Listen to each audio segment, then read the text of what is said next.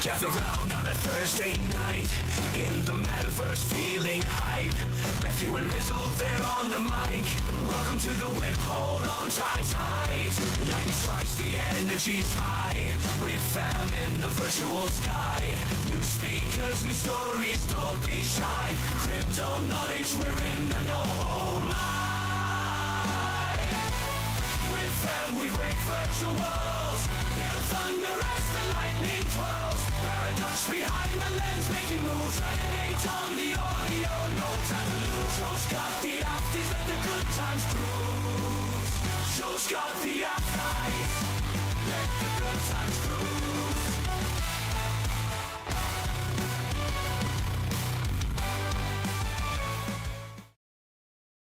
Boom. Quick mic check. Can y'all hear me okay? Yeah.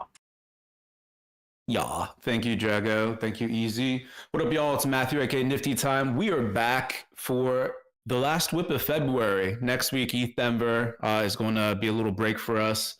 Rizzle's going to be in the wild in Denver. So if anyone else here is going to be heading to ETH Denver, please hit our dude up and link up with him. Have a bunch of fun. We'll keep my spiel really short today. We got a jam-packed show. If you're not in World and Hyperfy, jump in there, hyperfy.io/WIP. We got the 105 Collective in the house with us, featuring Stina Jones, Unreal City, Ocular Delusion, and the Lens-based artist Urban. Really excited for what they have coming up. They're going to give us a big update. We have a bunch of their art in World. There may be some screen sharing. We'll see what happens there.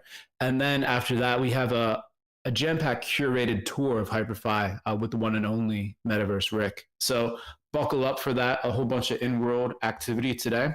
These are my favorite kind of shows. Real quick, Shill, Rizzle and I, we keep talking shit.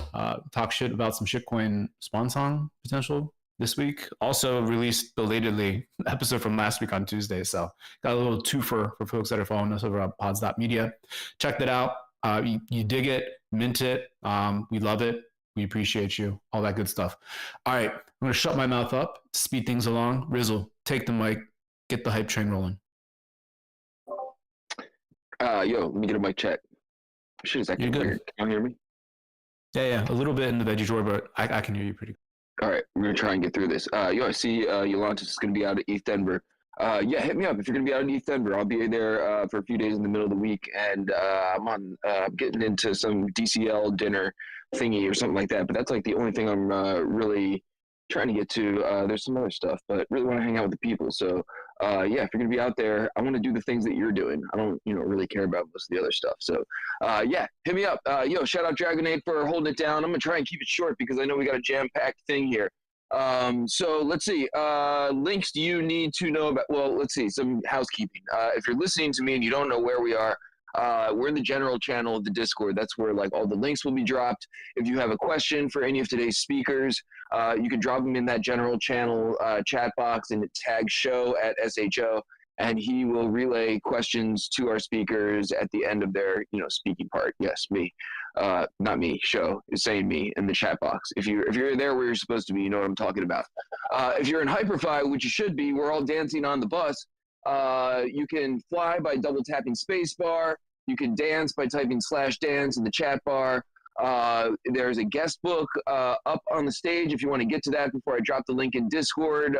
Everything's actually in world, like proper Metaverse style. So if you go up to the stage, on the right hand side of the big WIP logo, there's a guest book that looks like a guest book.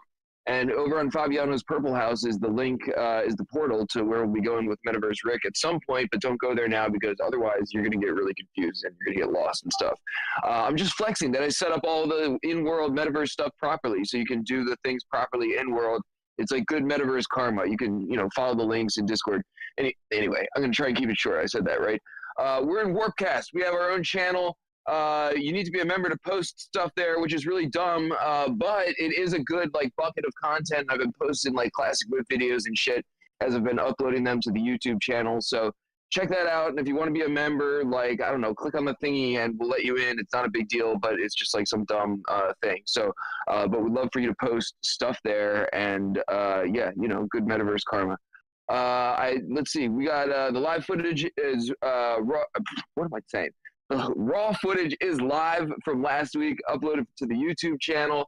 If you haven't been to our YouTube channel, just do me a favor and just help us beat the algo. Wait, that's not it, is it? Oh yeah, that's it. Help us beat the algo.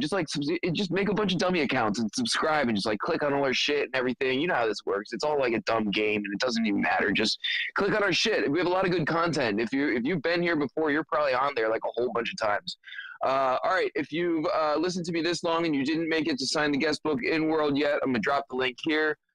Fabiano and Patrizia are hooking us up as they have been weekly for 6 billion Metaverse years with an NFT gift today. And you gotta forgive me because I'm a little bit out of the loop. Let me spin around. I'm on the bus.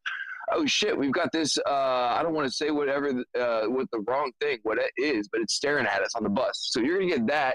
So sign the guest book, and if you've been signing the guest book, you should check your hidden folder on OpenSea. You probably got a ton of shit in there, and you never know what you're gonna get. Periodically, people ask us for the guest book lists and just send stuff to us. So if you get random stuff, you can just assume it came from us somehow or whatever. We're responsible for all that.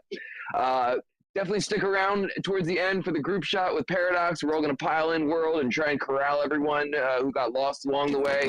To take a group shot together, and we're gonna kick some ass. So I'm gonna wrap it for now. If you don't know, you should know. This is Metaverse public broadcasting. We're on our 6th or 7th or 20th year. It doesn't even matter. We do this forever. We don't get paid, and you should donate to us, the WIPmeetup.eth, and it'll get chopped up amongst our crew. If you want to donate us a ton of money, we will love you forever.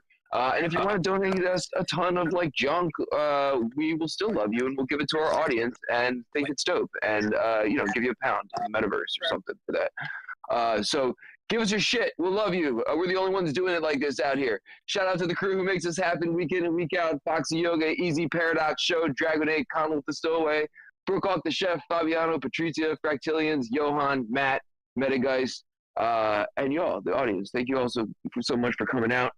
And I'm going to throw the mic back to Matt real quick to kick it off with the 105 Collective because he's a little bit more in the loop than I am of what's going on over there. And then we're going to herd everybody into, we'll see. We'll get there. I'm going to throw it back to Matt. Yeah, another reason to sign the guest book that will be confirmed as soon as I pass the mic is there may be a giveaway in store from the 105 Collective. But Stina, if you're in the house, I'm not sure if you want to kick things off first before you pass the mic around to the rest of the collective. But if that works, unmute and let's get it. Oh, did she just drop? Oh, there we go. Stina, are you there? Yes. Hey, can you hear me okay? Yeah, we can hear you, and I see your stream, Great stuff. your live stream going. So let's jump into Great. that live stream and let's go. Awesome. Yeah, thanks for having us again. So yeah, I'm here with the 105 Collective. I'm basically just here to sort of share my screen and share the artwork a little bit. The other members are much more knowledgeable when it comes to like the history and the artwork and things like that. So I was going to pass it over to Ocular Delusion if she can unmute and maybe tell us a little bit more about the history of the project and get all started. Hey, hi everyone. This is Ocular Delusion. Can y'all hear me okay?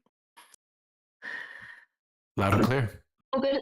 Great. Hello, I'm speaking to you live from Norfolk, England. I'm actually American. You can probably hear from my accent, but I've been living in England for 21 years, and that's how I got involved with the 105. We're a UK-based collective, and we've been around for ages, so I won't go into that. But we started out making collective artworks in 2020 during the COVID lockdown, and we've had several big projects rather than loads of little ones. And this is our latest, which actually began in, I want to say, summer of 2021. It's called Exquisite Corpse with the OX instead of the E in Exquisite Corpse. And you might know of that game. It's a surrealist game where you draw a picture and then you fold over the paper so that the next artist can only see what is the last strip of your drawing. And they sort of like guess what it is. And they add to the drawing and they fold it over and you pass it on to the next person and so on. And you come up with these like crazy creatures. So this was actually invented in 1925 in Paris by a bunch of famous surrealist artists, including André Breton and Marcel Duchamp, he of the toilet fame and some others, in a house in Paris when they were playing the game with words and they decided to play the game with images. So we all kind of know this game, right? And I had gone to Dreamverse in 2021, and after Dreamverse, I went to MoMA to see the Surrealism Beyond Borders exhibition, where they had a load of these pictures and the story told. And I was so taken with the way the surrealists work. They work in a collective way. They're really influenced by dreams. They're really influenced by chance processes. And it reminded me a lot of the way this group of people work. And this is me, Unreal City, whose other name is Gareth, Stina, of course, and Urban, and at the time, Sparrow Reed. And we decided that we wanted to try it ourselves, but give it a digital twist. And so we began this really long, complicated process of trying to make drawings and then hide part of it and then send it on to the next artist. And we each started with a head and then we passed it on in this rather, complicated pattern. I won't go into it, but it was a complicated pattern of passing it on to the next person, adding on, and so on. And it took us literally years. I mean, what with life and other things happening. We also wanted, at the time, because all of our projects had been on async, we wanted to take advantage of the dynamic NFT capabilities of async. So we wanted to make it a dawn, day, dusk, and night piece. And of course, in that time, async unfortunately went out of business. And so it took us all this time, and we finally landed on Transient Labs, which has given us lots of amazing other bonuses, as well as having the dynamic NFT. And we finally minted them on Valentine's Day. And last night we exhibited in Paris, where it was like 2 kilometers maybe from where the original Exquisite Corpse game was invented, exactly 100 years ago. So we're really chuffed about that. And so that's basically what I've got to say about it. It's got music, it's got writing, it changes states 4 times a day automatically. It's 4 one-of-ones. And I'm going to hand it over to Stina to talk about the technical aspects of it, because I always get it wrong. But that's the basic introduction. And if you want to read more about it, you can go to our website. If you go to 105collective.uk, it'll take you to the project page, and you can get all of the context and explore the entire artworks and go crazy. Thank you. So much Ocular Delusion. You've pretty much covered everything there. I think the stuff under the hood. So it's a 1 of 4 collection minted on Transient Labs ERC 721 ETH mainnet. So we ended up building it. We originally sort of conceived the project for async, but then we ended up sort of moving over to Transient Labs. They've got this dynamic art engine. And it offers all kinds of sort of no-code templates for artists to generate their own dynamic artworks and HTML files. And the best part is as well, it's open to everyone. So, if you've got any ideas for your own dynamic artworks and things, you can use the tool set to create them. And we minted them on Transient Labs. We quite like the story inscriptions feature, as well as like the dynamic art engine stuff. So the artists and collectors we can all immutably inscribe text and images onto the tokens. So it'll just allow the piece to like evolve and accumulate more narrative in the future. We've got the first inscription up there as well. Unreal City is just inscribed the first one. So if you go over to the token page, you can go and read those. And we've got auctions coming soon as well. Sort of, we're expecting it to be sort of maybe towards the end of the month or early March. So I just put our details up there on the screen. So if you follow us for updates, you can hear about the auctions. Or if you want to tweet us as well, we can sort of ping you when the auctions are live. If you want an update, we can sort of DM you with that as well. So auctions coming soon. But the artworks are all there and unveiled, and going to be adding more story inscriptions over time. We're hoping to add some photos from the exhibit in Paris and, sort of like MP4 variants and all these other things. So, thanks. And that's it. Don't know if anyone else wants to add anything.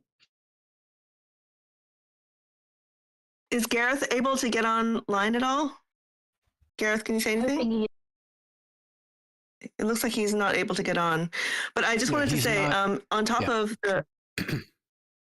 Okay, he's not on. Okay, I just wanted to say that if anybody wants to DM us on the 105 Twitter, then we will put you on a list to ping you when the auction is coming up. And also, if you DM us, we will put you on a list for a draw for the soundtrack token.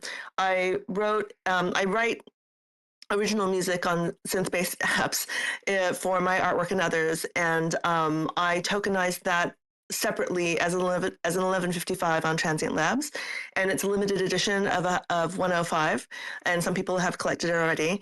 And if you'd like to be in with a chance to win one of those, drop your wallet address along with your DM to us, and I will put you in a drawing and choose one, and somebody will get that token.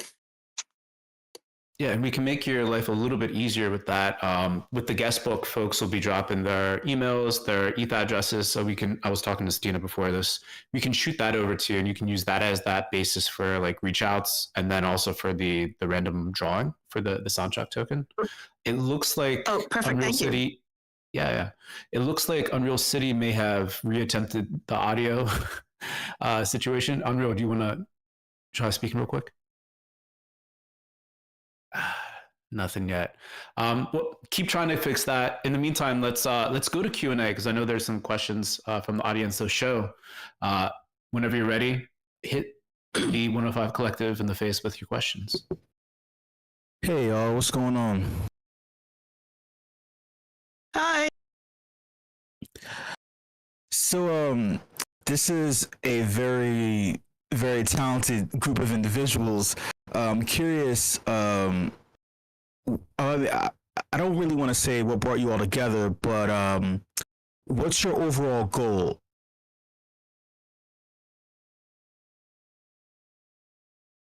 I guess I'll go ahead and address that, because I've got our webpage up. I'm not great with public speaking, but I will say that we got together during the first lockdown here in the UK. We were all individual crypto artists at the time. And I think it was the BBC or the Arts Council, I can't remember exactly which one. No, it was the BBC Culture in Quarantine, put out a grant to artists around the UK to win a grant to create an art piece about being in quarantine. And because we were all already working in the crypto art world, and we were working in VR and crypto voxels, we decided to create a collective artwork that would address our experience of being in lockdown. So we created a piece called More Than Glass using Async's original template. I don't know how familiar you guys are all with async, but basically the original template involved a master and layers, and you could make lots of different layers, and different collectors could collect those masters and layers, and the people who had the layer tokens could change them at will. So we made our first piece for that and had also individual artworks around that. And it was called More Than Glass. And if you go to our website and you click More Than Glass, you can read all about it. And we installed it in CryptoVoxels. We tokenized the collective part of the piece on async, and it was collected by MetaVerse. So that was our first piece. And that went so well, we thought, let's keep going. And we kind of became a creative lab for mutual support and reality check and creative collaboration and just keeping each other's spirits up, honestly, in the craziness that was to come in the crypto art space that happened after 2020. I'm sure you guys remember that. And even though we don't churn out loads of work all the time, we're not super loud or public about what we do, but we meet regularly, we talk to each other, we talk about what we're doing, and we just sort of like share ideas about art and where we're at. And when we are inspired about a group project, we'll get together and we'll just play, like kind of like a creative collaboration group. And so that's basically our focus. And we're UK based. We were UK based because we were basically trying to win this grant that was based in the UK, and we didn't win the grant, by the way. And we've thought about also at some point opening up to more UK based artists. That's awesome. Yeah, And what I quite love as well is we've got this, it's sort of like a lab for experimentation as well. I mean, we've done quite a few things sort of behind the scenes, sort of experimenting with AI and things like that as well. So it's been just like a nice sort of creative space that we can experiment and occasionally sort of put out projects and group shows as well in the metaverse too. So a bit of everything. It's been quite fun. yeah, that's awesome. I can confidently say that async kind of got its start here in terms of developing community at the WIP, and I'm personally a frenemy of Conlin, so shout out to that. I also have a question from Brookhawk. He would like to know, why is Sparrow not in the collective right now? I mean, I can't really answer for Sparrow, but she basically had to drop out for personal reasons, not just with us, but she sort of had to sort of like take a step back from the space, it seems like. I'm not entirely sure why. You'd have to ask her, but she is around and poking her head up over the parapet a little bit nowadays. But yeah, she basically had to drop out for personal reasons and couldn't sort of keep up with all the stuff that was going on. But hopefully she'll be back. That's cool. Yeah, shout out to Sparrow. I love her a lot. You're all so talented. It's like, oh man, and looking at this artwork right now is really inspiring me. What do you want from 2025, or from anyone listening to you right now? What do you want from us that would provide value to what you're doing? I don't know how to answer that. Stina, can you? I'm not sure either. I was just trying to think of the best way to answer that. I guess maybe just sort of, check out what we're doing, share what we're doing as well. If you like it, if it resonates with you, if you know any collectors that want to, sort of like participate in the auction. So yeah, I mean, even just like being here and sort of presenting the work with you, and sort of sharing it with you, this is really great. And, it's sort of been a great chance for us to recap on what we're doing as well. And, just get it out there really. I hope that answered the question. I mean, if people want to know more at some point about what our processes were in making this piece or any other piece that we've made, like we did Forever Supper as well, and we have a mocha room, we're happy to respond to people. It's just that it's kind of hard to corral 4 people into one space at any given time. But I think if you were to communicate with us using our X feed, we'd love to have more conversations with everybody about what you're all doing as well. I mean, for me, I feel like it's really nice to be part of the 105 because it challenges me to engage with the emerging technologies that are happening in this space in a way that I wouldn't possibly do on my own because I get intimidated. It's kind of complicated, but like, you know, there's power in numbers. And when we're all together, it kind of feels like, yeah, we can do this and we can use this new technology and see how we can make it work for us or make something new out of these amazing technologies that are available to us. I mean, that's what's so amazing about being in this space. So for me, it's a way of keeping in contact with the community at large and feeling like I'm an active participant and just keeping the creative juices going here. Boom. Amazing. Great stuff.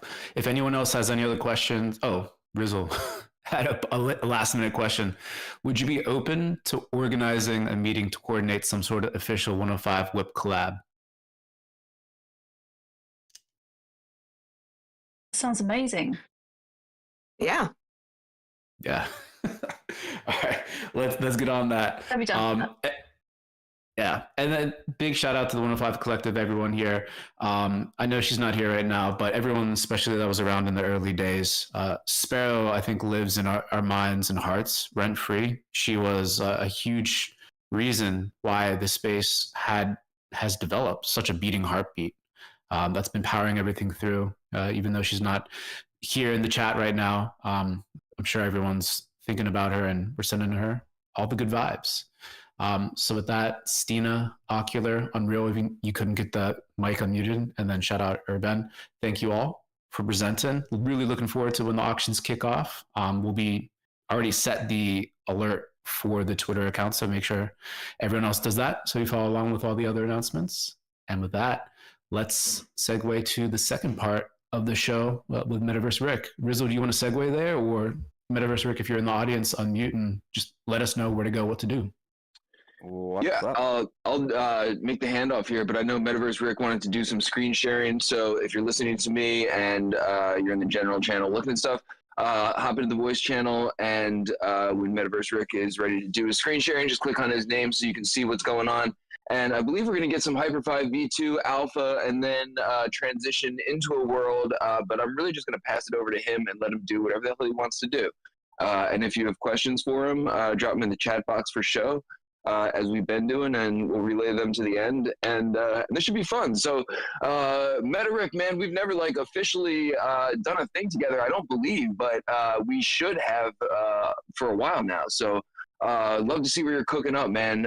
So we're going to try and pass the mic, and looks like you're already screen sharing, so I'm going to dive in. Excellent. Thank you. Hello, everyone. And I think plenty of familiar faces here. I think we've all bumped into each other in various parts of various metaverses. I want to just, do a little bit of screen sharing before we jump into some Hyperfy stuff. I do have to leave before the end of the hour, so I'll do a quick presentation.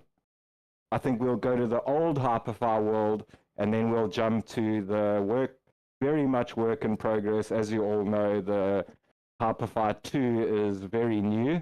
I'm more a creative builder than anything else, so I sit and stare at that dev channel every morning. It's the new best place to be. But let me kick things off. I'm sharing my screen here. I'm going to be talking about the M word. I mean, it's in my fucking name. The metaverse, it's been quite a personal journey for me. I'll get into what I mean when I say metaverse. My name's Metaverse Rick. I'm Rick in the real world. This is how I look. I'm obsessed with VR. I'm obsessed with creation tools in VR. Everything I build is sculpted from scratch. 99% sculpted in VR applications, except for the architecture. A lot of that is outside of VR. I've spent countless hours in various platforms, and I'll get to kind of my favorites, but for sure Hyperfy and VR chat are kind of my two top up there, and I know it might get a few faces. Definitely a cross of communities, which I can share a lot on between these two worlds almost, even though they're very similar. They also can be quite far apart. So just a little bit of background. I've been making games for decades. I used to make little games and microsites for the music industry. And, back in Flash days, when the Matrix came out, it was like something I never knew that existed, that it's something I could do. Then this phone came out that just blew my head off. Back then, giving away my age here, but this is the second color phone that really came out that just kind of blew my mind, and this kind of led me into actual mobile game design. It was the kind of question of what is this, Throughout the years, I developed a ton of different phone games. Very kind of, the style of the art was actually kind of defined by the technology a lot, because back then, we had to do games around 500 kilobytes. So learning the whole process of, super kind of low poly, back then it was all 2D. I didn't know anything about 3D. We also then built kind of this whole online gaming community. And to give some context, this is about 2004. So it's pre-Xbox Live, pre kind of all that stuff. And basically we hooked up all our mobile games so people could kind of play and message and win awards. Quite fun back in the day. That eventually shut down after Apple came out and just completely ruined Nokia. A good case of eggs in one basket. But then this thing came along and it was the kind of third piece of tech that just literally blew my mind. Whenever I can't see the end purpose, I get obsessed with these kind of techs. And still to this day, I'm as obsessed by the potential of this technology, because I really believe this is what brings the human side to technology. VR really helps jump that gap, because you feel human intimacy, you feel closeness. So I've done a bunch of projects in the space. We did this was the Lost Botanist years ago, 2019. It was on at Annecy. This was with my sister. It's a beautiful illustrator. I also designed and 3D printed the headset cases. So that was actually Oculus Go back in the day. But I hated this idea of like, you come to this beautiful experience, but now you wear this horrible kind of device. So I actually sculpted that in VR and then 3D printed it and then put the headset inside. So at the shows, people got interested in the experience before they even got to see it, which was always kind of a challenge. In the real world, I have a company. We're trying to explore virtual reality and kids' health education. So we do a lot of work in the hospitals. Finished a little MRI simulator that kind of teaches kids about being confined and the sounds they hear and all of these things. But like I say, the M word, kind of a dirty word. When I talk about the metaverse, I very much am talking in line with kind of the book Ready Player One. This was a very, very big inspiration in my kind of life. This and Snow Crash. So I've been playing around with, just the term metaverse and my name Metaverse Rick, and then obviously Facebook coming out, it kind of changed things quite a lot. I come from sci-fi culture. I love sci-fi. I love comics. I love monsters. And when I talk about metaverse, I do talk more about this concept of, avatars, building anything, being anything you want to be. And secondly, I think it doesn't have to be this, but for me, this is one of the most important components of feeling like you're in a real place. I think because of that human intimacy, that being able to be close to someone, being able to actually have body language, being able to look at an avatar that's completely new, but know it's your friend because of the way they're dancing. And VR really actually brings that humanity across for me. I've explored many of these platforms, from work to fun to, early days to olden days, alt space, plenty of these, Somnium space, mucked around, Webiverse, Upstreet. I always like to kind of challenge and break platforms a little bit, not in nefarious ways, but just in like, I wonder if I can do that. I hacked a flying pig once in Somnium Space and I got chased down because I wasn't supposed to be able to fly. Also horrible corporate metaverse plays, like damn man, those things are scary. But one of my favorite platforms really, I still think it is the absolute fringes of the metaverse is VR chat. The works I see there, still we go there every single, once a month we go on these deep things. All the festivals now have works on show. And this photo for me is also such a big kind of pivot in my life, because this is where I think everyone has a moment in the metaverse where they're like, holy shit, okay, I get it. And for me, this was the moment. It was also the first time I ever figured out the camera. It's the first time I ever went into VR chat, found this avatar, and the first photo I ever took in VR chat. Funny enough, this is also what got me into NFTs.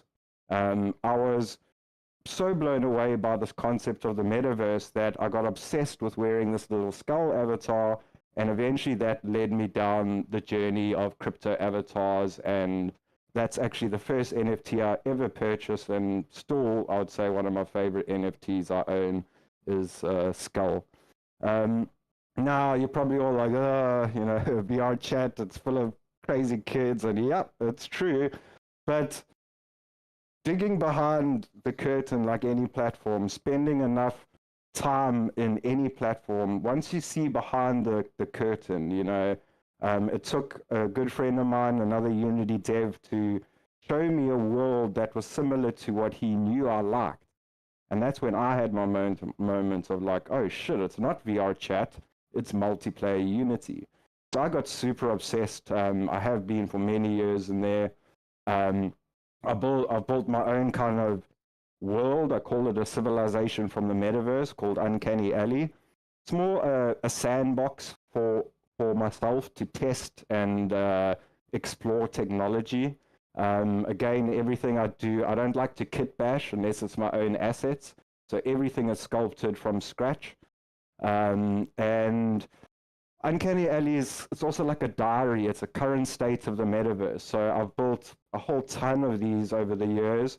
This is the one from a few years ago where VR chat was kind of banning anything crypto related. So, a lot of the worlds have deeper stories behind them. And in this world on the left here is actually a prison.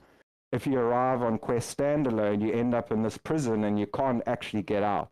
But if you're in PC VR, you're free to wander around because big metas kind of trapped you. It's like lots of that kind of deeper kind of stuff. So I had to hide the kind of, NFT blockchain stuff deep in the same world, but you could only find it if you were curious enough. And then suddenly you're in this hacker space, and again, the whole, this actual model isn't mine. This is one of the oldest open source kind of 3D models, and a lot of tributes of, other people, other communities around this space, and just kind of a lot of history and a lot of explaining. Not just worlds. This is the club, the Black Sun, obviously a nod to kind of Snow Crash. It's a massive club. We used to throw events once a month here. You can see these are all people here. Tiny, massive club. And again, just being able to create clubs that are so insane because you have unlimited budget in terms of projectors and, projection mapping, and you can just go wild. So very much a play space. We've had some wild parties. We threw the Rain Dance Film Festival, one of their opening parties, and we would get this one was a Japanese singer that wrote love songs to Mark Zuckerberg. So couldn't speak any English, we couldn't speak any Japanese, but some way we just made it work. And we had this concert where she did a live performance on stage singing this love song, and I put up all the translation and do these performances. Just culturally, you just get to meet people from all walks of life. Here's another, this was like a ballet performance also. These are all the different avatars. And again, VR chat, I think there's definite friction, between the different worlds. But just the extent of avatars and the extent of how far these techs can be kind of pushed is just absolutely insane. And I get it every single time I do a jump in VR chat. And just a little bit on my latest project. So I was building in Hyperfy for many years, all the web platforms, and the last year and a half, I went back to VR chat and we decided, I collaborated with the Ferryman Collective, and we built a live theatrical performance set in VR. So what you're basically seeing, that's an actor, and these are all members that come into the show, and it's an hour-long performance where you actually live this dystopian sci-fi comic story. It's like break down the corporations, you get busted out of prison, and then you have to run all over the place. So it's a collaboration with the Ferryman Collective. They're a theatrical group. You might have seen some of their works. They're basically actors that, when COVID happened, they found VR as a potential tool in the Metaverse to create shows. So working with them, we basically built this world. It's my lore, my universe, my characters, but then they wrote it into a script that would be kind of adaptable for live actors. So it's 2 actors in the show, but each actor acts as about 6 different characters. So here's just an example of all the actor characters in the show. So each actor would play this person, this person, this person, this person, and change the voice and, change the personality. So like once they're cops and, on onboarding, you're a cop and you're telling people how to use the system. And, basically there's always one actor with the kind of crowd, and it plays off like that. Everything built in Unity, just to show you a kind of scale of this. So this is just one scene, right? So that's a park bench. So, here they kind of trying to escape getting to the top of the corporate. But this is just a zoom out version. That park there is that tiny little section there. So just to give you a sense of scale of the world, have a look again. This is like a giant 1-story gorilla. There's the same gorilla. So you as an audience member are running from down here all the way through the sewer system into police barracks, then you're into a hacker space, then you're into this giant park, and then this caravan and the stacks, on and on and on and on until you end up at the top.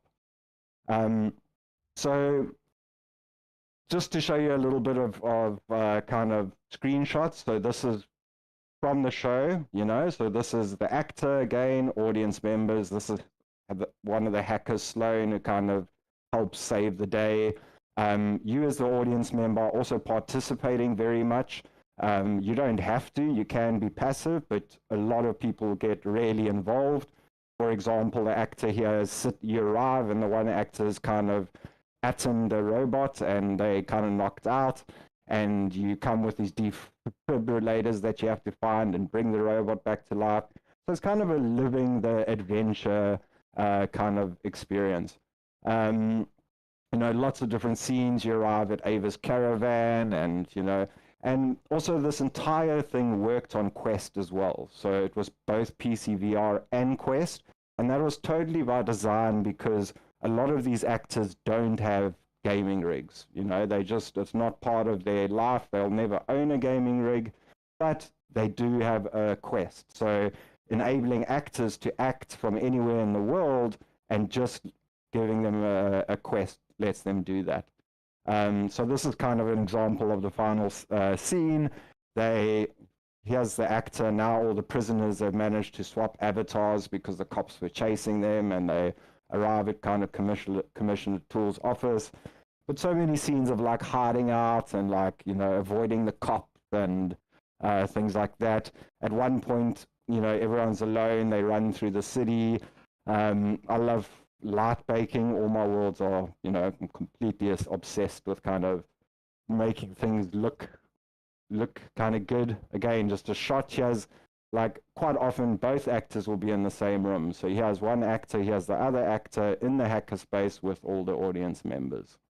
And then why I wanted to also really kind of talk about this is, you know, the end of this story, at the end of the show, and it's kind of been a theme in Uncanny Alley I've had for many years, is it's like we live in the metaverse, we build in the metaverse, but we don't own the metaverse. Like, and especially with this time with VR chat, when, you know, they were giving shit about NFTs, or if something was related to an NFT project and not letting people do, it was like, man, that is so shit. So it's always kind of been this, like, a little bit of a dystopian look of, like, you know, I spend so much time and energy in these spaces, but then VR chat could just do anything and turn it off. So the end of this show, you basically end up on this rooftop, and you end up with a choice. You can either go with Ghost, who's the kind of leader of this movement, because she's now found a metaverse. She has to leave. She's going to a place that she can call her own. And the other character, Atom, is like, I can't. This is my home. I've been here forever. We have to make it work. So the audience at the end gets to choose. Do they stay with the character and fight for what they believe in this metaverse? Or do they go with Ghost into this potential unknown, because there's got to be a place for that to happen? And that leads me into the segue of what's happened recently with Hyperfy. And, you know, I didn't know about Hyperfy going open source but with building the show at all. 2 weeks after the show, well, about 2 months after the show, Hyperfy dropped the announcement, you know, Hyperfy 2 is coming out, it's fully open source. And in my head, I'm like, holy shit, Ghost has just literally took us to the promised land. So I'm going to share my screen. I'm just going to continue sharing my screen, but I'll go to kind of the first, just my Hyperfy currently in Uncanny Alley, because I do want to leave a few minutes for questions before I have to bounce. But the kind of, I think we in Hyperfy right now for the meetup. I changed this a lot, because when the announcement came out, I was like, oh shit, I need to brush up my skills again, start prepping all my assets. I came back into Hyperfy V1 just while devs were working, and before there were any kind of, I'd say, tools for artists in the V2. So this is kind of, you know, the style I was just playing with in Hyperfy. You'll notice a lot of my avatars carry across, you know, the spring bones, a lot to share on avatars and characters. For example, there's my little cops now. So a lot of those characters from my big show, I've already started just porting the assets across, getting everything prepared. I'm absolutely obsessed with Hyperfy. As you all know, you know, this kind of building mechanism is just absolutely incredible. And I live in between the non-crypto people and the crypto people. And it's one of the big challenges I had with this one is, even trusted friends of many years in the metaverse, it's difficult for them to adjust to something where they have to get a crypto wallet to kind of create. And no matter kind of how much I drove that, and kind of like, you know, the creation tools are amazing, there's definitely was this kind of interesting block that needed to happen.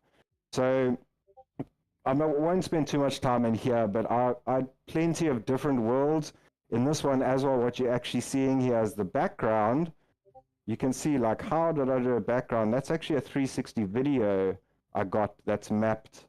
So it gives a sense that it's super kind of detailed, but it's actually just a 360 video playing in the background with some foreground elements. But obviously this is, you know, very much, can I say, crypto gated for a lot of people. So, and a lot of, like, a lot of stuff needed to change for, I think, for me to, you know, the VR support was there, but it wasn't quite there. So I'm going to jump on quickly to just kind of the first preview, and this is very much a work in progress. This is very much a first build. I'm likely going to scrap it tomorrow. But what I'm working on now is obviously Hyperfy version 2.0. I'm sure many of you have already started playing around in it, but I've only been in about a week, 2 weeks now, and it is absolutely just blowing my mind how it works, how smooth it is, the new building mechanics. It's obviously got a long way to go. And I say that not in terms of it's got a long way. It's so flipping good already. But, as being a big Hyperfun V1 builder, it's like, oh, I need voice, I need my avatar podiums. But considering this has been, since it came out, how far the progression of this platform has come. I'll drop the link here as well in the chat quick. It does take quite a bit to load on first run. I haven't optimized all these assets. But this is going to be kind of my dev sandbox to test and create stuff. So what I've been doing, and again, for me, the biggest thing here is, holy shit, this is open source, right? So you might need to refresh after a load as well. It sometimes just doesn't put you in the same world. But this being completely open source, being self-hostable, being, a community-driven thing that I think only someone from those communities, and I think this is one of those communities you can honestly say, like, holy shit, this community is solid, and it's like this level of trust behind the developers, and it's like, that these devs are going to knock it out the fucking park, but it's like, as a creator, you just want it kind of tomorrow. Okay, having a moment uploading. But secondly, I just want to mention on the story of Ghost kind of disappearing from this metaverse. Our show has been selected now for South by Southwest, so I'm going to be in South by Southwest in March. And what my kind of focus for that, what I really want to do is, I've been building this very much for, okay, it's not loading up for whatever reason. I've been building this and testing on the Steam Deck. Like, man, playing Hyperfy on the Steam Deck is something in your brain changes completely.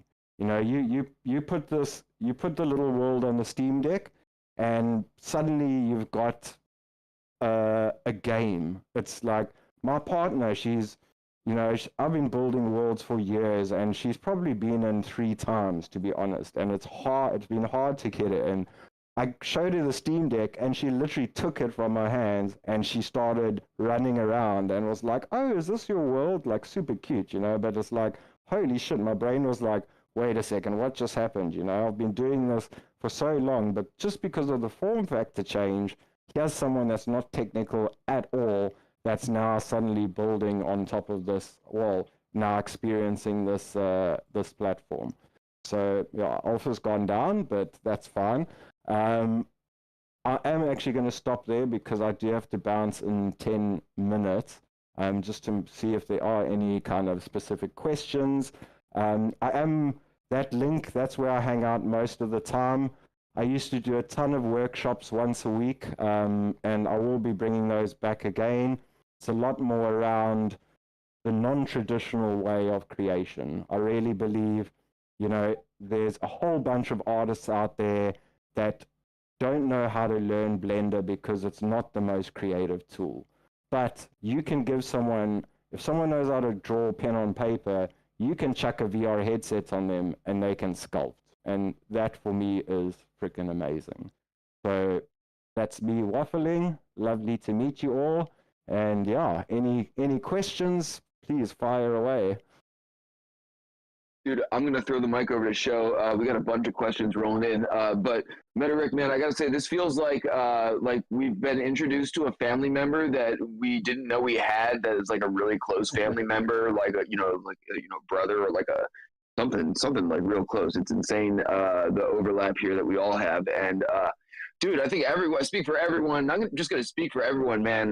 Minds are collectively blown with the type of shit you're putting together here. I'm going to throw the mic over to Show so he can relay some questions for you. Yeah, I'm just gonna piggyback off of that. I've been stuck for the past I don't know how many minutes just watching and listening. I'm just fucking speechless, man. Holy shit. Who the fuck are you, dude? Um Easy in Crypto would like to know if you have any links to your monthly VR chat so he can go hang out, and he also wants to know if he can get any links to your South by Southwest thing for dope stuff. Yeah, so the Thursday meetups is basically we just meet in VR chat second Thursday of every month, but it's predominantly around events. And so, for example, the event I'm actually going to shortly, right? There's a non-profit called a GOG, and they basically they've got billions of dollars to spend on impact-driven work. And they've identified VR and immersive media as like a way to do this. So they're now having these monthly meetups every Thursday of the month now. So these type of meetups, we'll go to. So I'll share a few links to. We called the MVC, the Metaverse crew. We were super active a few years ago, but now it's predominantly all on a kind of WhatsApp group. Funny enough, WhatsApp, and it's mostly.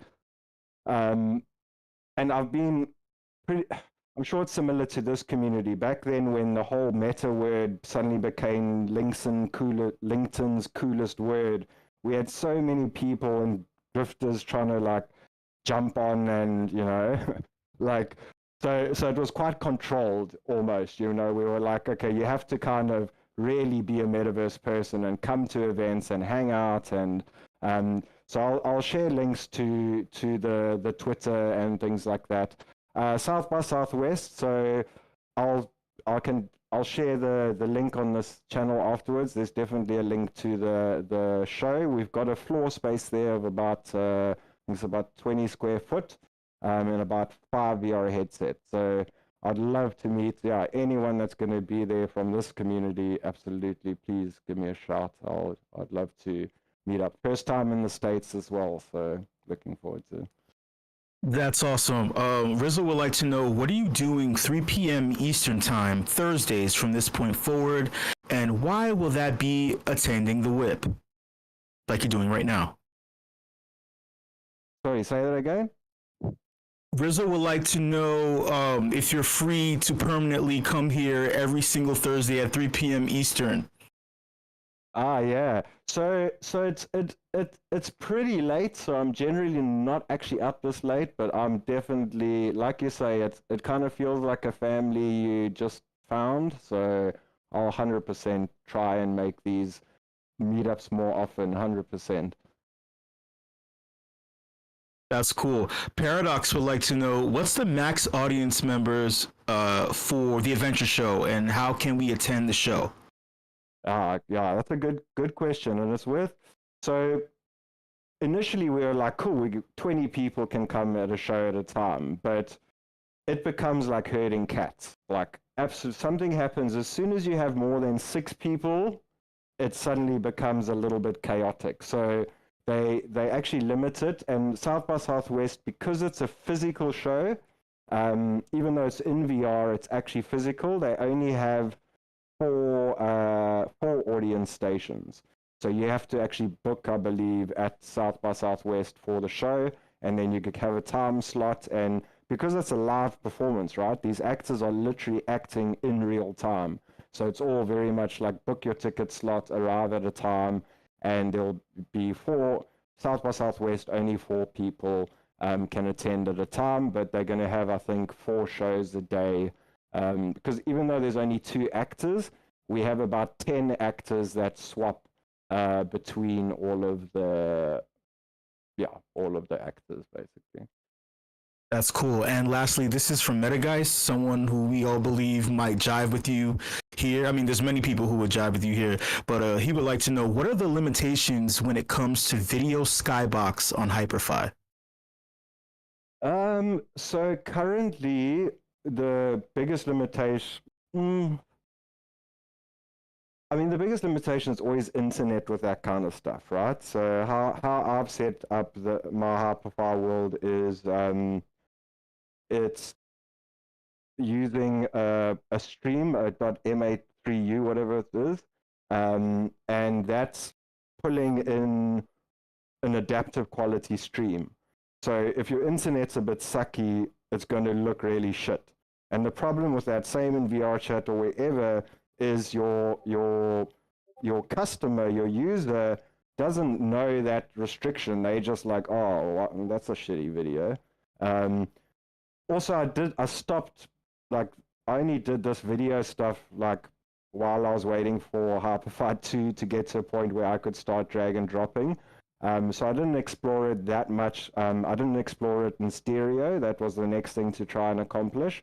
But that required some deeper dev that I was like, oh, I'm not going to do it on this version of Hyperfy yet. But I'd say the biggest, that's probably the kind of biggest limit I'd say is just, yeah, like your internet speed. I found hosting them on Vimeo works extremely well. YouTube's got some issues now where it doesn't actually feed you a proper adaptive stream, especially outside of YouTube. So you're always only getting like a max 720, whereas here you're actually getting a 4K feed, which looks quite neat.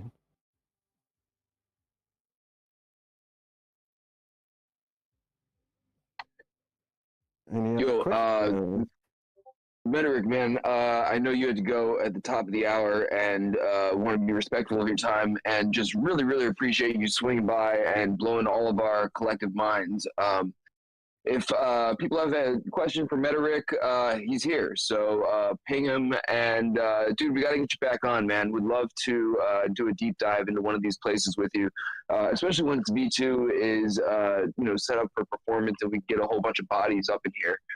So thank you so much for coming through, man. Dude, if you have time, thank you so much. Oh yeah, man, this has been incredible. If you have time, we're gonna take a group shot, man. We got a bunch of people in the V1 Uncanny Alley place, and this is sort of protocol at the end of the show here. So yeah, let's do it. I'm dropping the link now in the general channel. We got a bunch of people in here already. Per protocol, we got to get the theme song rolling, and we'll get a group shot. Just a humble cameraman looking for a tiny bit of attention. It's me, Paradox. Get your asses in line and smile for the fucking camera. No one cares about Matthew and Rizzle, that's for sure. It's about me, Paradox. I'm taking over the show.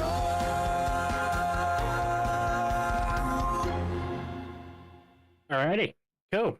Can you hear me okay? Testing, 1, 2, 3. Yeah. Thank you very much. Cool. If you've not been listening, I am Paradox. I'm the resident WIP videographer. This is the point of the show where we take a group photo and I collect a little bit of video. Let's keep this moving along fairly quickly today as we're not running out of time, So make sure you jump into World. It's the Uncanny Alley. I'm going to talk at you for a minute whilst people get in, but if you are here, go stand near Ballistic Banana, up near where Ballistic Banana is dancing in his mechs. If you see him up on this little stage. Okay, cool. I am the watermelon. Right, okay, whilst people load in, I'll talk at you some more. So if you are new to the WIP, I edit together a recap video of these events every single week, and you can catch them. They go out on Rizzle's Twitter. Right, okay, cool. It's a very fast one this week. I don't think anyone else is loading in, and if you're not here, tough. All right, slash dance people, and let's get the show on the road. Pump the music.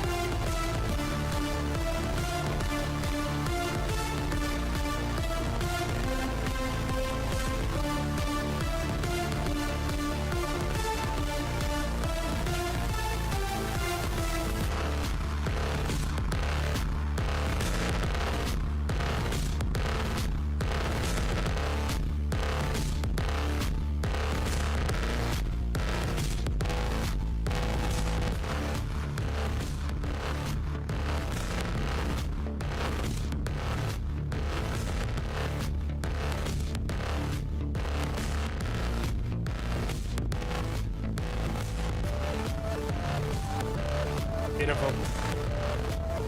Thank you, Dragon. Lovely jubbly. Awesome. All right. And again, I speak for everyone.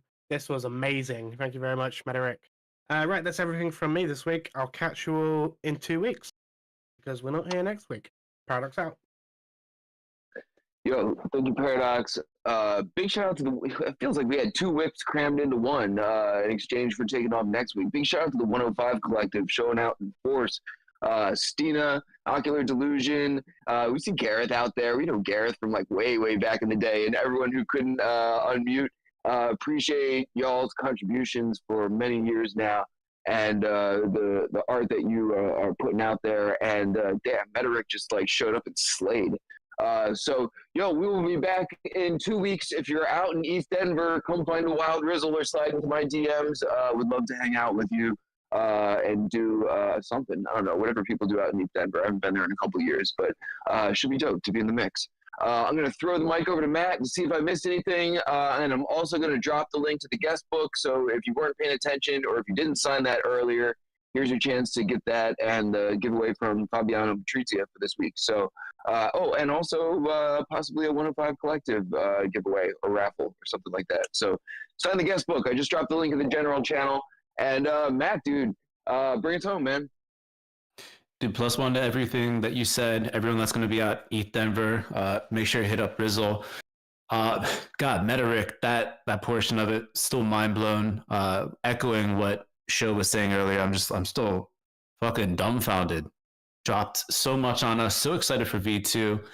On that note, perfect segue to get into the Afties with Sho. Everyone buckle up, stay safe next week. Without the whip, we'll see you March 6th.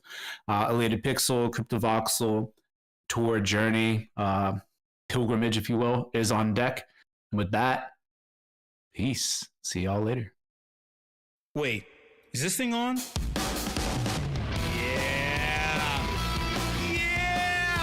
It's time for the Afties.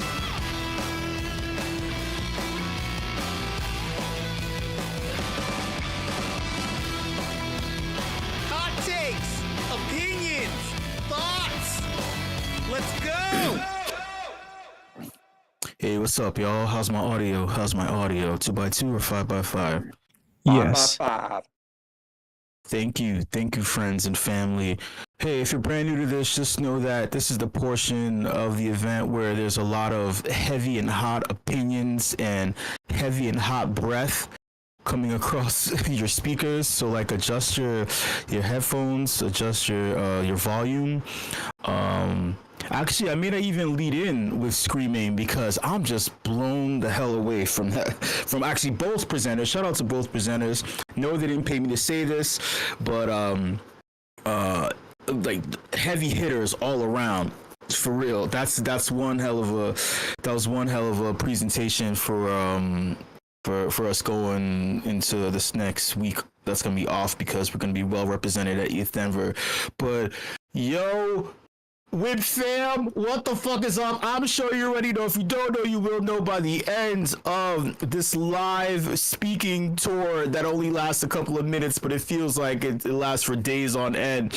WIP fam, this week has been strange. It's been strange because there's just a lot of fucking shenanigans. There's just a lot of shenanigans. Oh, by the way, hey, listen, I curse and I'm opinionated. I don't have a filter. I'm also very dumb in comparison to you. So again, if you're brand new to this and you don't like dumb people screaming and yelling their thoughts and opinions and basically pissing you off, or like my voice, the quality of my voice tends to feel like nails on a chalkboard when I raise it because somehow this microphone tends to get a little fuzzy and it's hard to listen back to. But shout out to you. Shout out to you more than me. WIP fam, what the fuck is going on in this space? What the fuck is going on in this? I feel like people have forgotten what crypto is, just in general. I feel like people have forgotten what money is, or like an understanding of things in general. I think people have forgotten who they are, or even they've just forgotten. They've forgotten what oxygen is. They've forgotten what fingers are. Like I just feel like, oh, maybe they just didn't know, and they're just talking heads. I think that they're just talking heads. That's what I think. That is what I think. You know, I'm showing this picture of Dave Portnoy because he represents one of many people who just talk. And for some fucking reason, everyone listens. And not only that, they do what he says. Dave Portnoy released not one, but 2 meme coins and then proceeded to insult people who bought it. And not only that, Dave Portnoy does something that I've been doing for years on end here at the WIP, and I said this term before, I'm going to say it again, where I maximize, I lean heavily into the Dunning-Kruger effect, which basically means like I take a tiny little morsel of information and I blow it out of proportion, but not only blow it out of proportion, I become the loudest voice in the room and make it seem like I know more about that particular subject than I actually do. But the difference between me and him is I do it for comedic effect, and I'm very self-conscious of it, while he's doing it because he has a sense of elitism.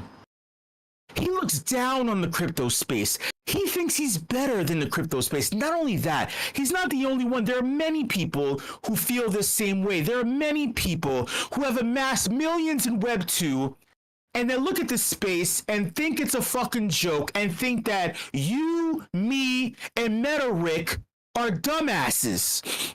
And he thinks that, yeah, I'm just gonna max extract. I'm gonna maximum extract from these dumbasses. Oh, it's a casino. Oh, these are idiots. You're trading monkey JPEGs, but they're just spending on it. I'm just gonna do this. Hey, look, man, get in while you can. Insider. You better get this in 24 hours. We're dropping. It's a community utility token. Get it now. Oh wait. Oh shucks. She golly. This is the 25th hour. It's 1 hour. It's 1 hour after it launched, and now it's at 0. I'm sorry. I don't know what this thing is. I don't know what crypto is. I don't know what I'm doing. I'm sorry for everyone who lost money. Oh no, I don't know anything about 75 to 98% of the supply going to insider holders or something. I don't know anything about that. I don't know anything about crypto. I don't know nothing. That's what he did. That's what he said.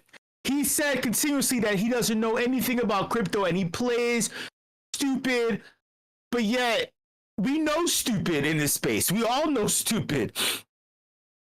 And then he goes on to say, hey, the SEC is creating a cyber unit for cryptocurrency fraud. Now, first off, we know that now that the SEC is on our side. They're very knowledgeable. They're rolling back a whole bunch of lawsuits. They're doing a lot of things to push the space forward. We know first and foremost that this new task force isn't going to harass the average DJ now like before. We aren't fearful. So the thing that I don't like about Dave Portnoy is he's bringing his Web 2 thought process to this. He's bringing all that oh, these are stupid fucking idiots. His whole, the first thing he says is, yeah, let's clean up this space. Together we can win. Let's clean up this space. So already you're, it's not stereotype that he's using. He's projecting his false whatever fucking ideals or any kind of what he believes the space to be. He's projecting that shit, and then he's trying to quote unquote sound the alarm to the teacher, to the hallway monitor, right? This is very Elizabeth Warren of him, a cop on the beat. But yeah, he's only been here for 5 fucking minutes. Clean up this space so it's dirty. It's not dirty to me. It's not dirty to fucking me. Shit. Like there's some very clean individuals in this space. There's some very accomplished people. There's a lot of clean money in crypto. There's a lot of very sound, very public, very permissionless money in this space. Clean up what? I don't want you getting your dirty, grubby hands into our clean crypto. How about that? No, Dave Portnoy, you need to clean your dirty mouth. You filthy fuck. Together we can win. Together, who the fuck is who are you trying to team up with together? You're trying to team up with the SEC to do what? Hey, Dave, newsflash, I think you're about a month too late, motherfucker. Ain't no Gary Gensler here. Together, we can win what? What the fuck are you gonna win? Oh, you're gonna steal my bags? You're too late, sir. You're too late. And newsflash, the whatever money you made from both of your meme coins wasn't from me. It wasn't from DJs that I know. It wasn't from a broader part of the space. You were basically fighting with bots and market makers who have endless bags of shit. You weren't taking food off of the plate of the average CJ that's just looking at you snacking on some popcorn. You were late to the party, Playboy. You were late to the fucking party. Shit, and now you're trying to you're grifting in a way where even the grifters in the space, yo, D's, fucking Beatty, who else was talking? Whale Swoosh? Oh, who the fuck? Farouk? Like, who the fuck else? They all were the grift was so bad that they were I look at you and I just want to say, no, fuck you. That's how I'm and I love it. It's it's a grifter war, man, where the grifters were pardon me, sir. All right, you're spitting in the Grey Poupon at this grifter table. Your fork is on the wrong side of the plate, sir. You're doing this grifter thing at the grifter table at this annual meet of this 27th meet of all grifters in the crypto space. Your fingers are coated in fecal matter, and you're fucking up the space, kind sir. It's nasty. It's inappropriate. We normally defecate in the halls of Versailles, not at the fucking dinner table, kind sir. And the perfume that you're using to cover it is also laced in fecal oils that were generated from fecal ponds at Barstool. Look, my point is, it's so heavy-handed that even grifters are talking shit. Hey Dave, you're gonna fall by the wayside like every other grifter. Also, speaking of Adam22, and this is I'm just gonna say this straight up. Adam22 is a grifter on multiple levels. He's a culture vulture. He turns everybody off. He is also look, I'm just gonna say it straight up. He has molested children. He wasn't arrested for it, but there's a lot of evidence, there's a lot of videos. I'm just gonna say straight up, he's a piece of shit.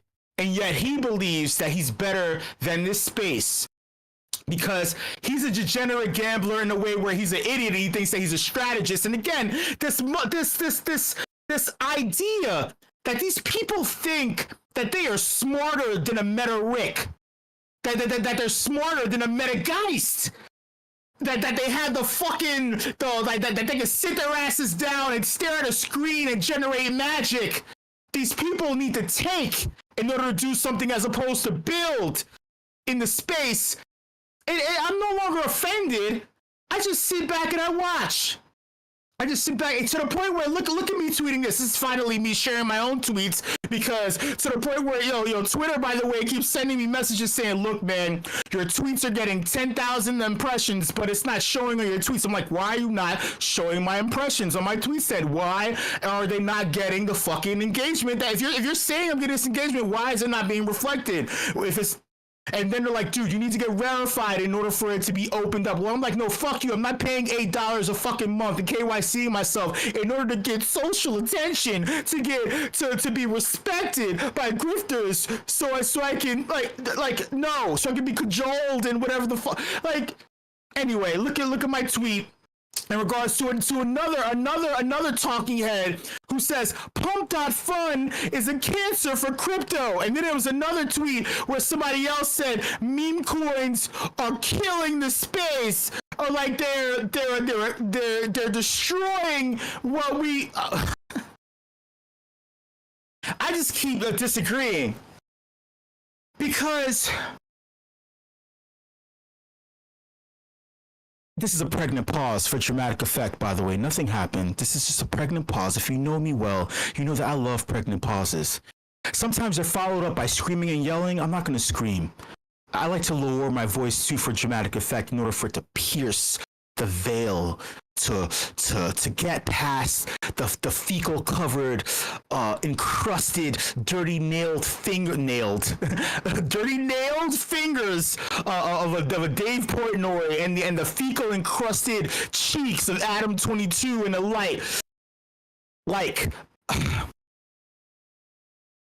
what makes this space great is that, first and foremost, money is up front and acquiring money. So the concept of greed has been turned on its head and reevaluated. Follow me here. It's at the root of everything where we want to acquire money. There's no moral positive or like a chaotic good, like there's no like alignment thing. Everyone is aware of this to the point where it's not, the greed isn't so in your face that you're like harassing people begging for fucking change, or like it's we know this, right? That being said, on top of it, we know that, hey, incentive drives so many, if you're into good, positive, it drives so much positive. It also drives bad and negative scamming, right? We have learned so many lessons without a safety net. So regardless of your moral compass or what you think the space should be, the space is the space is the space, and beautiful things have been built. And that's a matter that's subjective, and it's a matter of perspective. What beautiful is, I had to fucking define that too, right? But the point is, you suggesting that people making a lot of tokens and coins is ruining the space and everything that's good for crypto. I don't agree with your perspective of crypto. I don't agree with your your morals and your belief of what you believe the crypto space is and what it should be. I feel like you're projecting some old shit, or not even that, you're projecting some safe or like some tried and true kind of ideology or philosophy on this thing that is undefinable, but yet that is defined in multiple different ways by many different people. Your concept of like, but what about the builders? This is killing builders. Even my voice, even what I'm saying right now, doesn't have to jive. Again, I'm using the word jive because, dude, there's no better term. It's hitting the right. I don't mean jive turkey. I don't mean jive fucking language, which is a fake concept that was built in the 80s. It's not a real fucking cultural language. That's just some bullshit. But that's the side point. But my point is, you know what I mean. You vibing, which is a term that I brought to the space. Thank you very much. That was fucking also co-opted by community. But that's neither here nor there. If you were in the Whale Discord server, you knew who was using the term first, and it was stolen. But I digress again. My point being is that you don't have to agree in this voice channel with what I'm saying, and you know I love that. You know it, and then I will argue tooth and nail with you, and just keeping and I will inundate you with fucking dumbass points and all kinds of shit just to frustrate you because I love you all so much, and I just want you to engage. But the fact is, these people don't understand that. They wouldn't understand that concept. They want white picket fence, even? I don't, it's like, what? Pump.fun is a kid. Dude, any application that provides a frictionless way for you to create a token is a thumbs up. A thumbs up to me. Just because you say, oh, I hate this casino thing, blah blah. Like hey, look, heads up. I told Dragonade, because I love Dragonade so much, right? And he's one of the many filters in the WIP crew that I run things through. Actually, every single WIP crew member I fucking run things through as a filter, because I love all their perspectives and their thoughts, and I always value their opinions before mine, before I judge and weigh and do things. That's just a fact. If any of you were fucking worried about that, but I told Nate, I was like, look, man, at first I was like, man, I don't know about all these meme coin shit, man. But after a while, I realized, I was like, you know what? I want the empowerment. I want the average individual. I want a normie to feel like, yeah, man, I could fucking make so much from this space. Let me drop a token right now. Let me lick my hot Cheeto fingers and do this and make millions. I want a normie to feel that with permissionless, frictionless power. I want them to do that on a Solana blockchain that they think is frictionless and easy, that's faster than Ethereum, but then just fucking broke down because there's too many, quote unquote, too many meme coins. I want that, because the same thing happened in 2017, the same thing happened actually 2016, 2015, the same thing fucking happened 2018, 2019 with the ICO launches, with product launches, with NFT launches, products, with DApp launches, with DeFi 1.0. I want you to feel empowered and that you can do whatever the fuck you want to do in this space. You know why? Permissionless. Meaning, if you say something is a cancer to the crypto space, then I wonder what you feel is a penicillin, right? And then, like, I have to beg you to take the medicine. Oh, but then, like, healthcare, I have to pay millions of dollars in order to get the fucking remedy from you because because permissionless. There's not enough meme fucking coins in the space. How about that? I don't give a shit. You know why? Because I'm not participating. My own philosophy, right, that was carved out of fucking marble with the hands and feet and screaming and yelling on this microphone, was shaped and molded from learning lessons in the space. It is defined by the fact that I don't want to participate in anything unless it has a strong team, unless the personalities that make up that team are people who have skin in the game, or even if you have zero experience in the space, me knowing that their mindset, their ability to execute, you can execute, you say your word and your deed is everything. You say something and you can execute. Even if we have a group DM and concepts are flying around. If I know, right, that your word is your word and you say you're gonna do something, that matters more to me than someone just saying, oh, well, there's ideating and blah, blah, blah. It's like you ideate until it's like once the period is at the end of the fucking sentence, I'm assuming you're gonna get that shit done. Why? Because that's what I think about people. Even if there are many people who don't fucking believe in me, who don't know, motherfuckers don't know what the fuck I've done. But a lot of times, once I do this shit and they look back, they're like, damn, man, why the fuck didn't I fucking believe you? I don't know, man, you scream a lot and like you're all over the place and like you run on sentences and like you're cursing a lot. I didn't think you had this in you. Well, I've disproven people time and time again. Again, I will tell you that I've made millions for your favorite fucking venture capitalists in this fucking space. Shit. So when these motherfuckers are saying, oh, meme coins are killing crypto, you don't even know this space. You don't know shit. You know who else, right, can bullshit their way into the ears? Look on me, by the way. Click on me I just made a switch, all right? If you didn't notice, like, if when I switch like that means I switch something, right? I just jump right into a thought. That's just something I do. That's just, I'm tying thoughts into one another, right? Click on me. Look at what I'm sharing. You see this guy? You rather believe this guy, right, than believe me. You know who else believed this guy? The president of Argentina believed this guy. Not only that, This guy went on to incriminate himself this entire week, creating a token, but not only shilling the token, the leader of a very prominent country in the world. Argentina, regardless of second world, third, first world, Argentina is a prominent country. It's a country that people will still travel to regardless, right?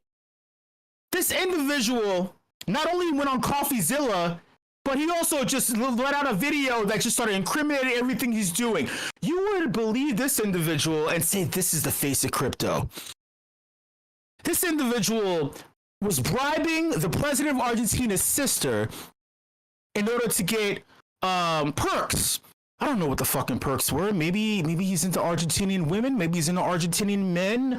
Maybe he's into Argentinian non-binary. I don't know, but he just looks like he's just into some sexual shit. Look at the tone of his. I don't know. He just looks sexual.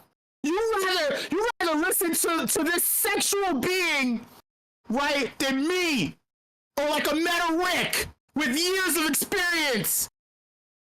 You know, like I guess the Argentinian president was into it, and he bet his entire GDP on this guy, and he failed. And then they had recording him saying some shit, a fucking term I don't even want to repeat, but you can read it there because there's just a lot. There's just a lot of cultural nuance in that right there, and I don't even want to address it, but you could just read it on the screen. I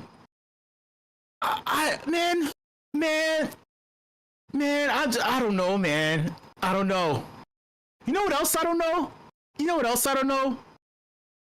Vitalik Buterin was interviewed or some shit. I don't know what the fuck where this is from, but it's real.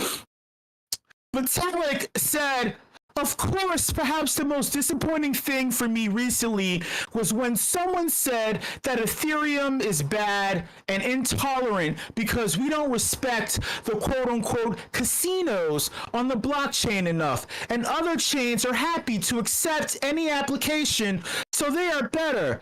If the blockchain community has this kind of moral reversal, I have no interest in participating in the blockchain."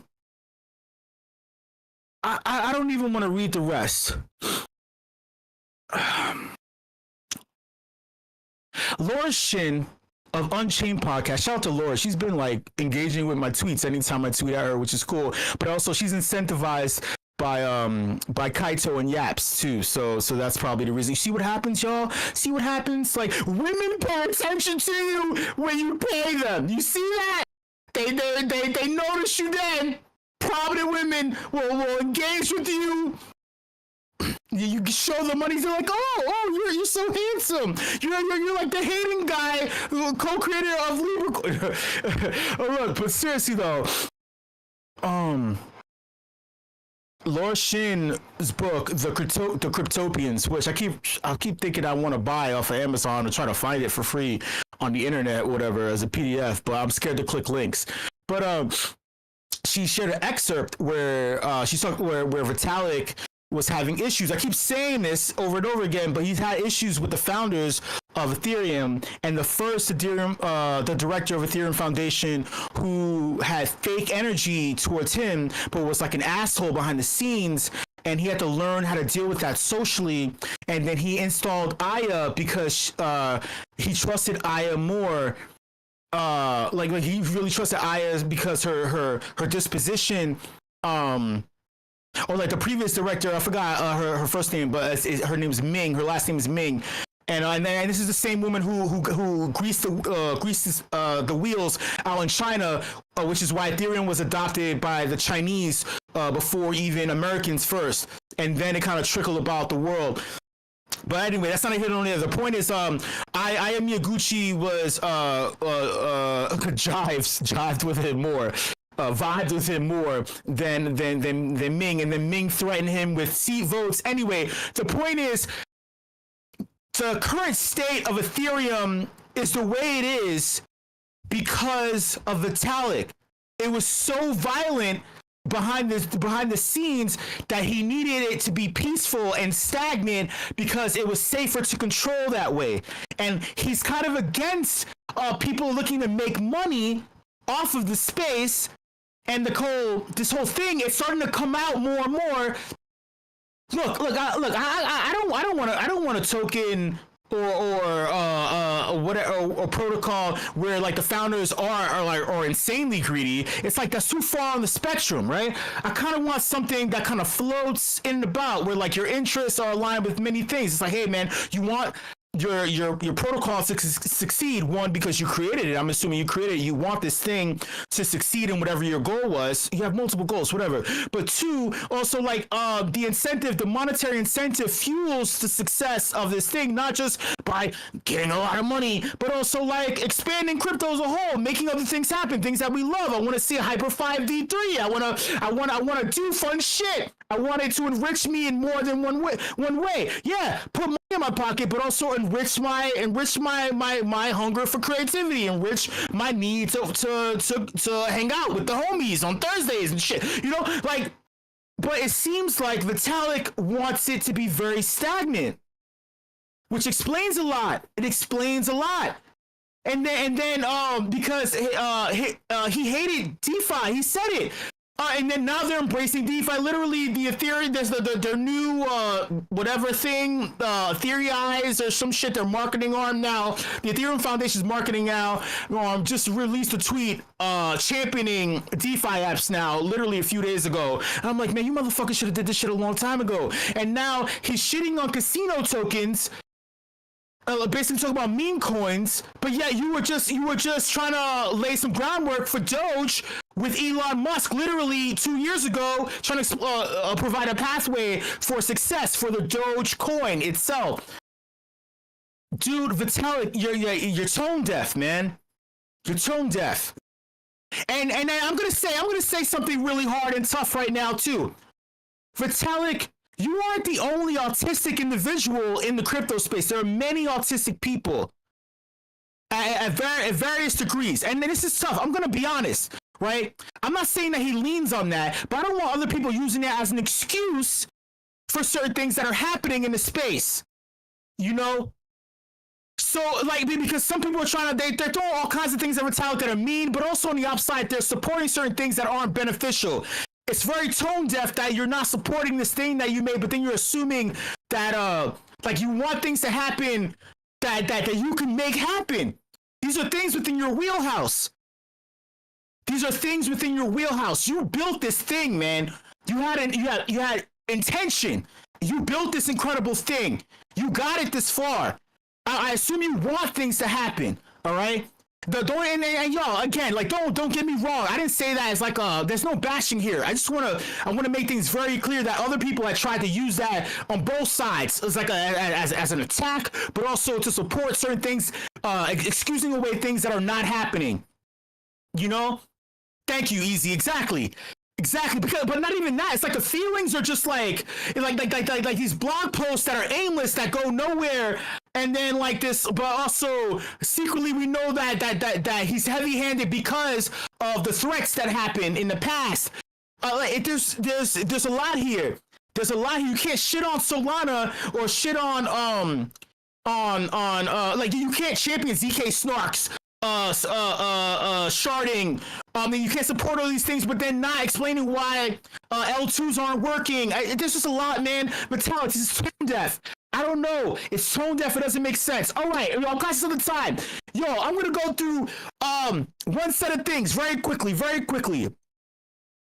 those of you who stuck around, shout out to you. This is the alpha that you've been waiting for. It is TGE season. This is what you've been waiting for, y'all.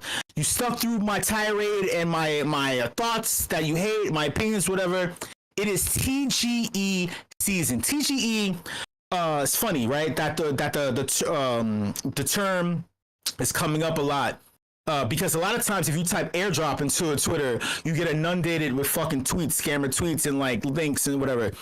So TGE ain't really bringing that on yet. So token generation event, meaning, hey, when a protocol product or something decides to create or release X amount of their token allocation to either holders or you know the deal. It's a fucking airdrop, man. So this is one of the reasons why I kept telling you for months, for weeks, like, hey man, these motherfuckers ain't doing anything, man. They're not releasing their shit. They're not releasing, one, their product, two, they're not releasing the token. It is both of these things. Then some of them are releasing products and they're still not releasing the token. I'll give you an example. OpenSea, right? You released a pretty piece of shit fucking product. I'm gonna call a spade, to the point where they said, hey, I want you to farm. And then they're like, everyone's like, okay, right? The bots, it was like, man, it was like having that hating guy greased down in Diddy baby oil, and you get to do any sexual activity you can do. OpenSea was like baby oil. It was on set, like the bots went fucking nuts. They started farming each other. They started farming farms. It went fucking so crazy that everyone is like, hey Devin, Devin, are you sure you want XP as a token? Do you see what's happening right now? You just got vampire attacked and like you wanted it? Are you sure? And he's like, oh no, farming is great. And then after a while, even people started respect saying, look dude, you are getting like figuratively, literally, spiritually, metaphysically, metaphorically, emphatically, you're getting fucked. All right. And he's like, oh man, dude, really? Oh shit, man. Hey, look, we're gonna pause farming NFTs.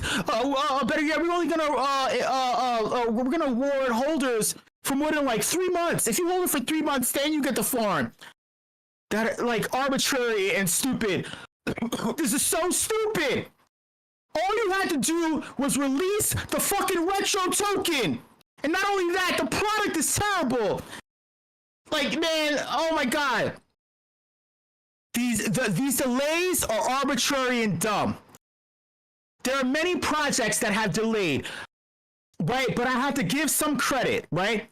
Wayfinder, that has a TGE coming up. One of the biggest, NFADYOR, they have a TGE coming up. They delayed, and they're totally right. They needed to cross the T's and dot the I's because this shit is gonna fucking explode in terms of having a casual consumer using an AI agent in order to trade for them. They needed that shit to be 1,000%.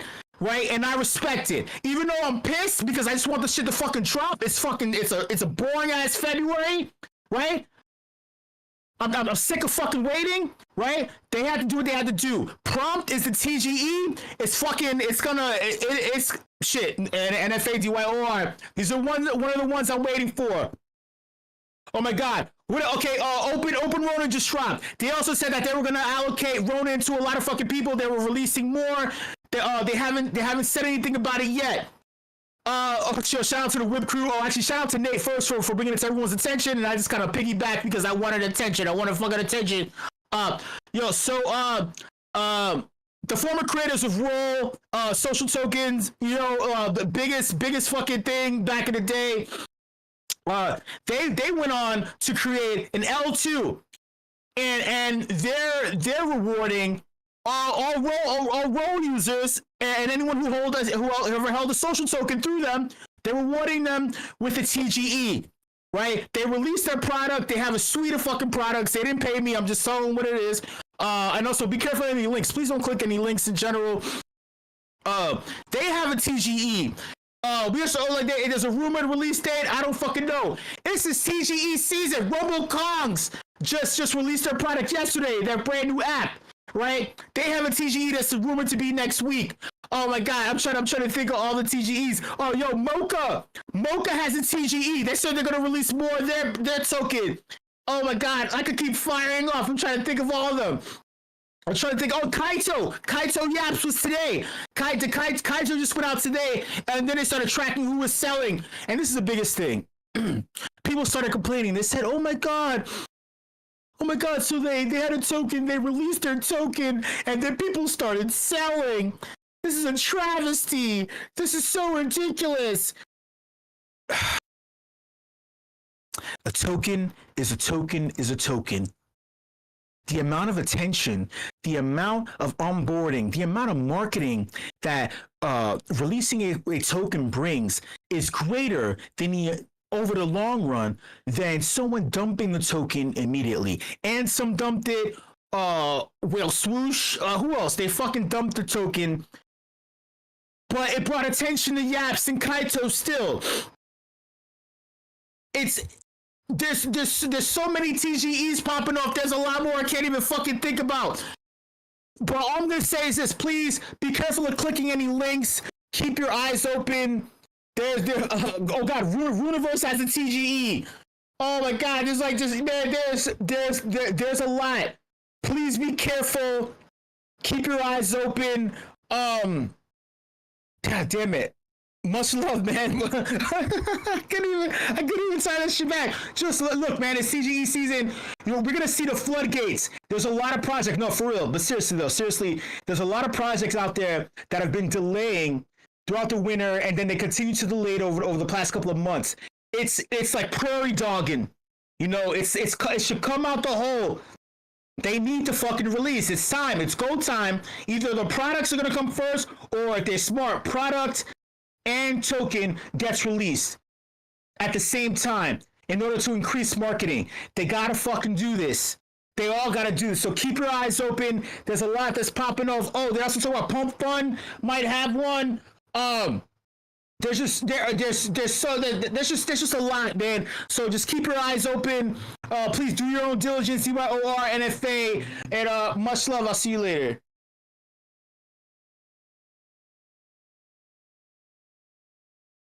Peace, love, and Whipsy. Much love.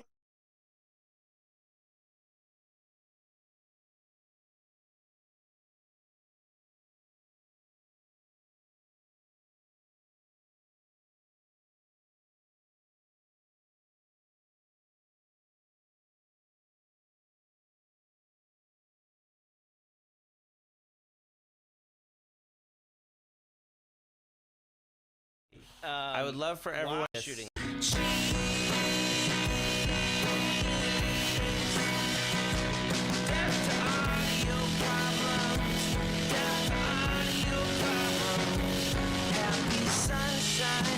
Mashed potatoes, I want chicken, cheese.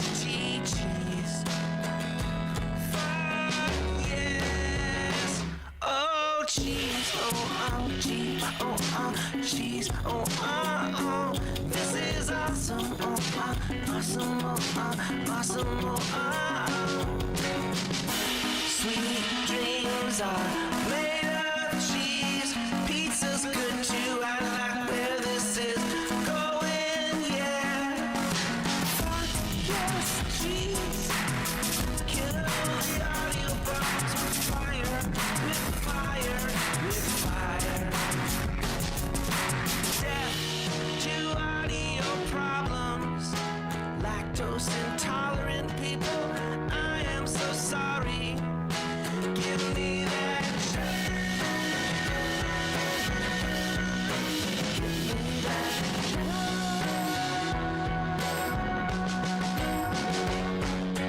I got carried away. We all love a good token smart song. Cheddar, blue cheese, Better Way says cheese emoji. Rendon has cheese, token smart with extra cheese. Death to audio problems. Death to audio problems. Cheddar is better, won't go out for days. Cheese is life. Fuck yes, oh death to audio problems.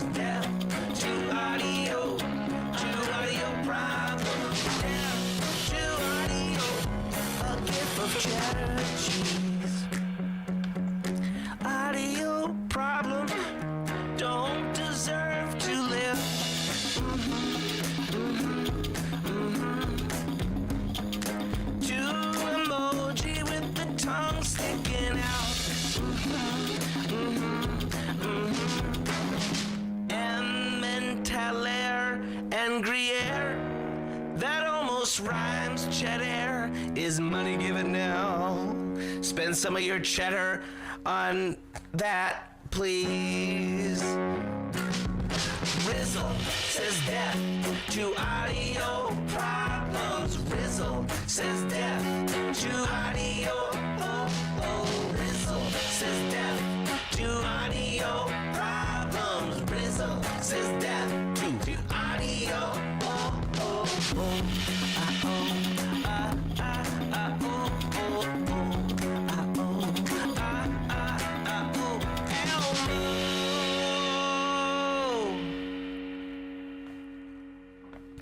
Lots of gifts of cheesy things, all up in the Discord of Token Smart. Oh, lots of gifts of cheesy things. Cat with heart eyes, clap, clap, clap. Cheesesteak, cookies, hi, cheese is the best. Gifts of cats with cheese on their faces, death, death, death.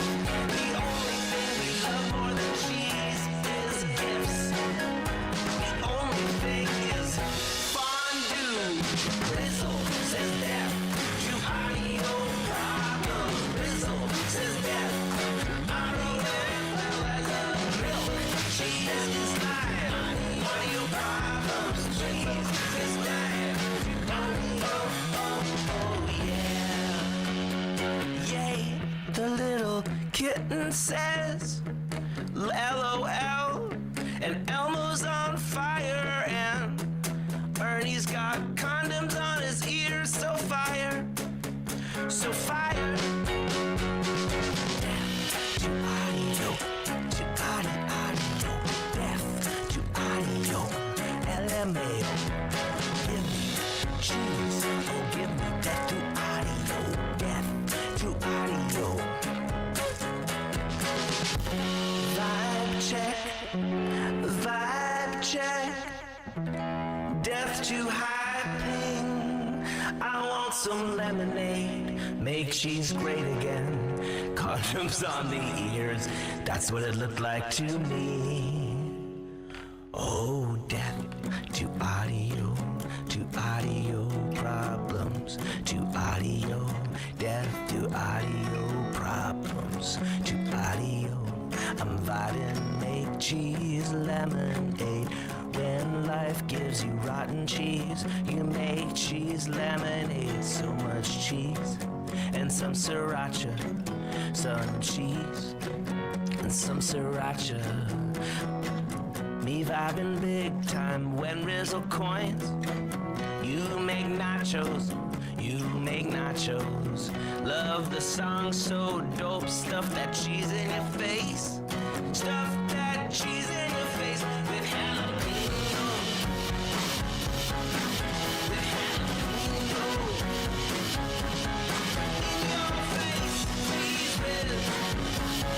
Pickles, yes, cheese whiz.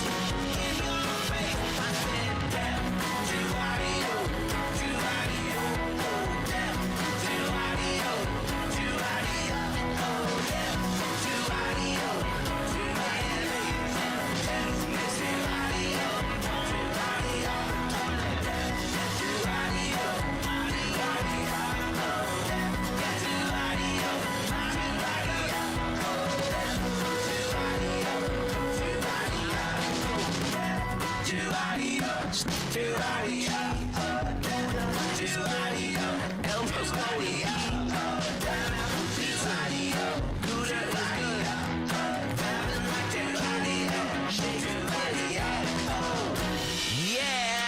That's it.